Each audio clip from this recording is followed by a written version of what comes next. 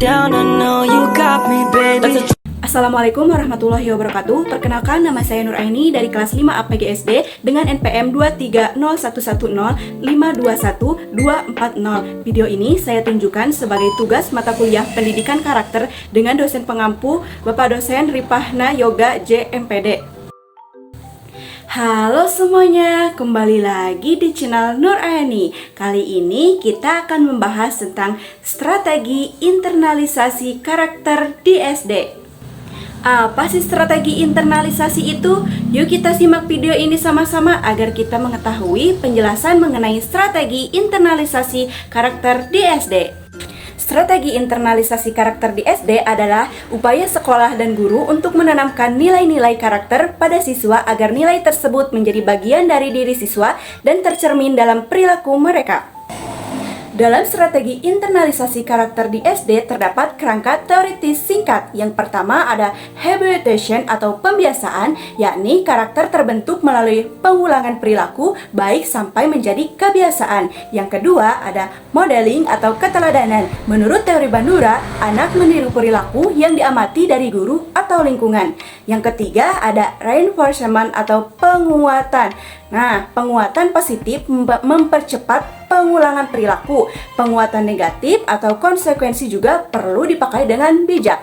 Yang keempat ada moral rationing. Menurut Kohlberg, dialog dan diskusi dilema moral membentuk perkembangan penalaran moral. Yang terakhir ada ecological approach, yakni internalisasi efektif jika sinkron antara sekolah, rumah, dan masyarakat atau konsistensi konteks. Selanjutnya ada prinsip umum strategi internalisasi. Yang pertama ada konstekstual dan sederhana, di mana sesuai usia, yakni bahasanya mudah dipahami, contoh dekat dengan kehidupan anak. Yang kedua adalah konsisten, yakni aturan dan pesan sama di guru, sekolah, dan bila mungkin di orang tua. Yang ketiga adalah berulang dan berkaitan dengan praktik, yakni bukan hanya ceramah sesekali saja lalu selesai, tapi harus berkelanjutan. Yang keempat adalah positif dan bermakna, yakni fokus pada arah yang harus dilakukan, bukan hanya larangan. Yang kelima adalah partisipatif, yakni melibatkan anak dalam merumuskan aturan dan refleksi. Yang terakhir adalah terukur, di mana ada indikator perilaku yang bisa diamati.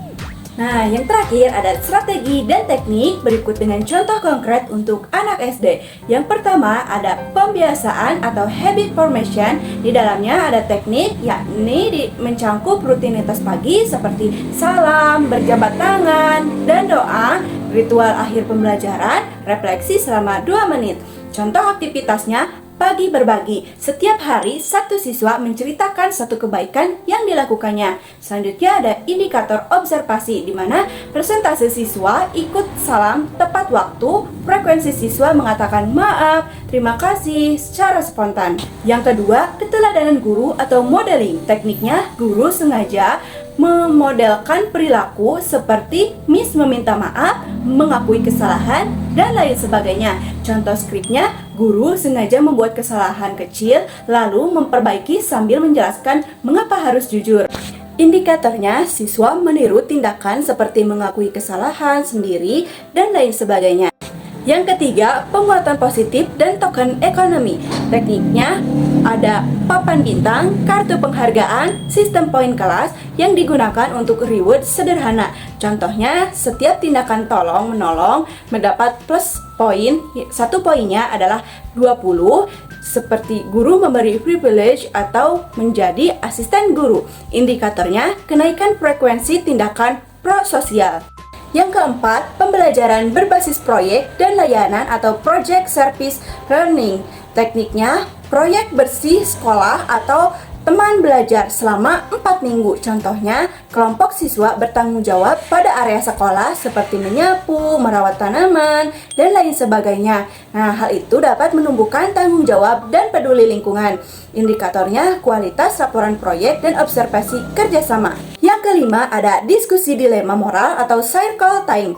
Tekniknya, cerita atau dilema, lalu diskusi terstruktur seperti menanyakan apa pilihanmu, kenapa, dan apa akibatnya. Contohnya, jika menemukan pensil orang lain tanpa nama, apa yang kamu lakukan? Nah, hal itu dapat memfasilitasi penalaran moral. Indikatornya adalah kualitas, argumen, dan perkembangan alasan moral.